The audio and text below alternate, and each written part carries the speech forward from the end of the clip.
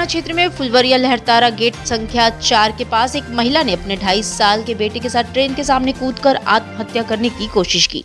घटना में ट्रेन के इंजन से धक्का लगने के बाद महिला और बच्चा दूसरे ट्रैक पर जा गिरे, जिससे दोनों घायल हो गए।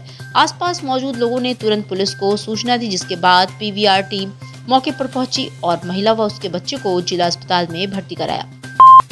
दशाश्वमेध घाट की विश्व प्रसिद्ध गंगा आरती में मंगलवार को अभिनेता कार्तिक आर्यन शामिल होंगे। वो अपनी फिल्म भूल भुलैया 3 की सफलता के लिए मां गंगा का आशीर्वाद लेंगे। एक्टर के आने की खबर से उनके फैंस काफी उत्साहित है। बता दें कि कार्तिक आर्यन की फिल्म भूल भुलैया 3 1 नवंबर को थिएटर्स में रिलीज हुई थी। वो बॉक्स ऑफिस पर अच्छा प्रदर्शन कर रही है। दिसंबर के दूसरे हफ्ते में प्रस्तावित 3 दिवसीय ज्वेलरी एग्जीबिशन का वाराणसी सराफा एसोसिएशन ने कड़ा विरोध जताया है। एसोसिएशन का आरोप है कि इस एग्जीबिशन के जरिए खुलेआम बिना जीएसटी के ज्वेलरी बेची जा रही है, जिससे छोटे दुकानदारों को कच्चे बिलों के माध्यम से माल सप्लाई किया जाता है। इससे केंद्र और राज्य सरकार को राजस्व में भी नुकसान होता है। हम लोग सराफा भाई इसलिए विरोध कर रहे हैं कि ज्वेलरी एग्जीबिशन का मतलब होता है सामान को दिखाना, दिखा करके पसंद करना और उसका ऑर्डर लेना। यहाँ एग्जीबिशन का मतलब होता है कि बाहर के लोग यहाँ आकर के एक तरह से काउंटर 3 दिन के लिए लगा देते हैं और पूरे माल को सेल करते हैं। तो मुझे जहाँ तक पता है एग्जीबिशन में माल को दिखाने का राइट है, पसंद कराने का राइट है, सेल नहीं आप कर सकते हैं। सेल अभी मान लीजिए आपको माल पसंद भी पड़ गया तो वो माल बॉम्बे की पार्टी है, दिल्ली की पार्टी, वो सामान वहाँ जाएगा, वहाँ से बिल करके पार्टी के पास आएगा। जो गवर्नमेंट ऑफ इंडिया का रूल जीएसटी के अंतर्गत, लेकिन इस तरह से नहीं होता है।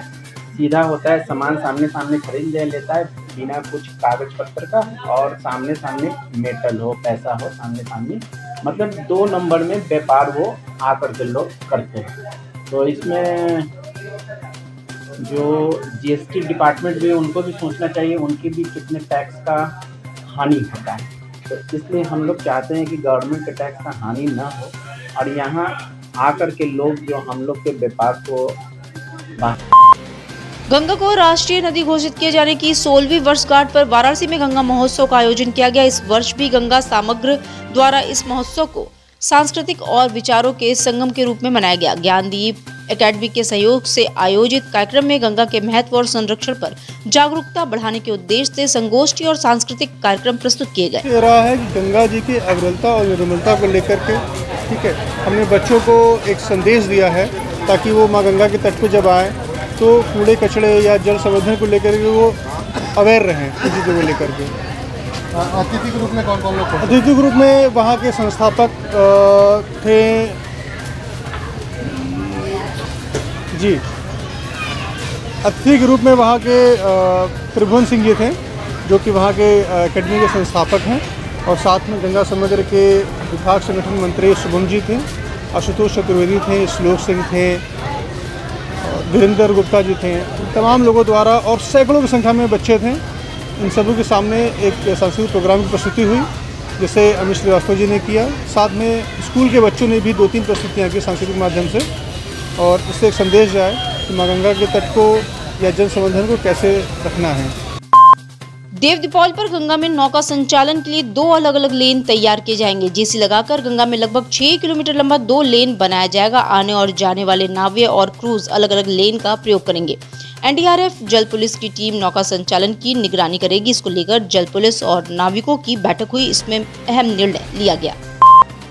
वर्ष 2008 में मनमोहन सिंह के नेतृत्व वाली कांग्रेस सरकार द्वारा गंगा को राष्ट्रीय नदी का दर्जा दिए जाने के दिन को याद करते हुए कांग्रेस कार्यकर्ताओं ने मां गंगा की निर्मलता और स्वच्छता के प्रति अपना संकल्प दोहराया।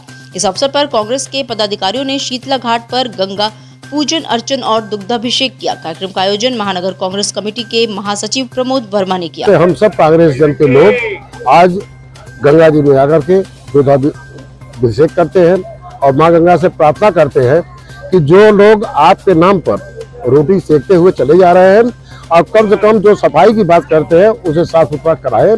और हम वर्तमान सरकार से ये अनुरोध करेंगे कि जो अभी बनास में जो 80 से लेकर के राजघाट पर जो नाले के पानी गिर रहे हैं, सीवर के पानी गिर रहे हैं, उनको तत्काल रोकर माँ गंगा को साफ। दीपावली के उत्सव के बाद अब वाराणसी के प्रसिद्ध तुलसी घाट पर होने वाली नागनथैया लीला की तैयारियों में तेजी आ गई है। इस बार नागनथैया लीला मंगलवार को आयोजित की जाएगी। लगभग 498 साल पहले गोस्वामी तुलसीदास ने काशी के भदानी क्षेत्र में कार्तिक माह के दौरान श्री कृष्ण लीला की शुरुआत की थी, जिसमें श्रद्धा और भक्ति का अनोखा संगम देखने को मिलता है। देवनाथपुरा नवसंघ की मां काली की प्रतिमा का विसर्जन सोमवार को धूमधाम और कड़ी सुरक्षा के बीच संपन्न हुआ। गाजे बाजे के साथ निकले इस जुलूस में श्रद्धालु नाचते गाते नजर आए। महिलाओं ने मां काली को सिंदूर अर्पित कर विदाई दी।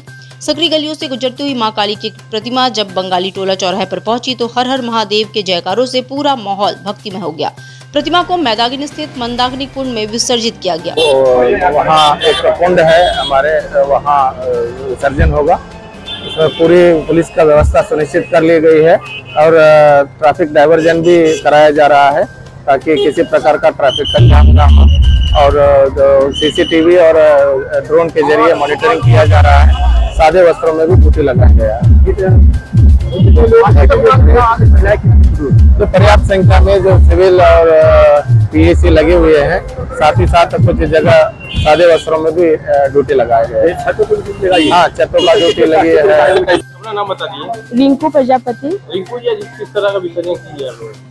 यहाँ पे दिवाली पे हम लोग उत्सव करते हैं काली जी का प्रतिमा बैठा के, और आज काली जी को विसर्जित करने जा रहे हैं सब लोग। तो हम लोग सिंदूर की माँ को सिंदूर अर्पित करके हम लोग खुशियाँ मनाएं। और ये नवसंघ की मूर्ति है जिसको कहते हैं, आज से ये परंपरा नहीं निभाई जा रही है, बहुत पुरानी है ये परंपरा। माँ नवसंघ की मूर्ति, भाई माँ फिर आए, या हम लोग फिर से माँ चाहते हैं कि फिर माँ आए लौट के। तो आज गाजा बाजा के साथ विसर्जन कर रही है? हाँ, ढोल नगाड़ा के साथ माँ का विसर्जित हो रहा है। माँ छठ पूजा की तैयारियों को लेकर सोमवार को प्रशासनिक अधिकारियों ने काशी के घाटों का निरीक्षण किया। जिलाधिकारी एस राजलिंगम, अपर पुलिस आयुक्त एस चिन्नप्पा और नगर निगम के अधिकारियों ने 80 घाट के सुबह बनारस मंच से लेकर तुलसी घाट तक जायजा लिया। निरीक्षण के दौरान जिलाधिकारी सफाई व्यवस्था और घाटों पर चल रहे मरम्मत कार्य को लेकर असंतुष्ट नजर आए, जिसके चलते उन्होंने नगर निगम के अधिकारियों और ठेकेदारों को कड़ी फटकार भी लगाई। निरीक्षण कर रहे हैं सर। दीपावली को लेकर, ये दीपावली डाला छठ को लेकर क्या तैयारियां, क्या किस तरह की साफ सफाई व्यवस्था? नहीं, सफाई की चल ही रहा है और इसको जो सिल्ट जो जमी हुई है इसको निकाल के उसको लेवल करने की काम भी इसमें चल रहा है। क्या निर्देशित किया गया? नहीं, इसको समय से पूरा कर लें, सफाई एकदम सुनिश्चित कर लें और बैरिकेडिंग की व्यवस्था और लोगों के मूवमेंट का जो प्लान है वो प्रॉपर रहें। उनके लिए जो पब्लिक अम्यूनिटीज़ है, पेयजल की और जो शौचालय की, उसकी चेंजिंग रूम की, ये सारे व्यवस्थाएं रहें। सर, कल नागनथैया है, लाखों की गैदरिंग यहाँ पे होने जा रही है और लखा मेलों में सुना रही है, तो इसके लिए क्या प्रशासन की ओर से क्या विशेष एहतियात बरते जा रहे हैं? प्रशासन की ओर से जैसे वहाँ लोकल में साफ़ सफाई तो हो गई है, अभी बात भी हुई थी, और क्योंकि सफाई एक अनवरत काम है वो चलता रहेगा। बैरिकेडिंग लगभग पूरी होनी जा रही है और वहाँ पे बाकी जो मंदिर प्रशासन जो आयोजन कर रहा है, जिला प्रशासन उनके साथ समन्वय करके और भी जो उनकी जो रिक्वायरमेंट है वो कराएंगे। चेंजिंग रूम और टॉयलेट्स और पेयजल की सुविधा पर्याप्त मात्रा में उपलब्ध रहेगी। छठ महापर्व पर गंगा नदी, कुंड व तालाबों के किनारे श्रद्धालु अस्तांचलगामी व सूर्योदय पर पूजन करने उमड़ते हैं। ऐसे में सरकार उनकी चिकित्सा, सुरक्षा तथा सुविधा को लेकर काफी संजीदा है। योगी सरकार श्रद्धालुओं की सुरक्षा के लिए पुख्ता इंतजाम कर रही है। एनडीआरएफ की टीमें सुरक्षा उपकरणों, वाटर एम्बुलेंस, गोताखोरों के साथ गंगा में तैनात रहेगी। छठ व्रती की चिकित्सा सुविधा के साथ ही सुरक्षा का दायित्व संभालने के लिए 11 एनडीआरएफ के जवान गंगा घाटों पर तथा सरोवर पर तैनात रहेंगे।